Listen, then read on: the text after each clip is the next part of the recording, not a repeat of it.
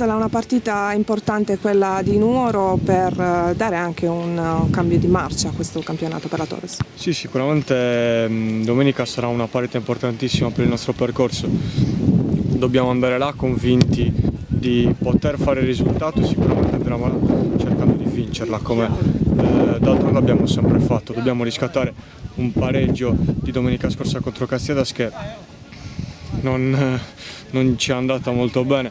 Volevamo la vittoria e sicuramente domenica andremo a Nuoro per vincere.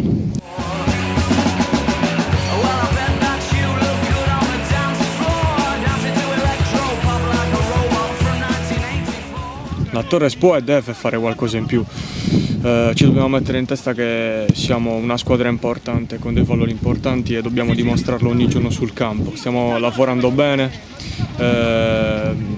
e domenica dobbiamo prendere i frutti dall'allenamento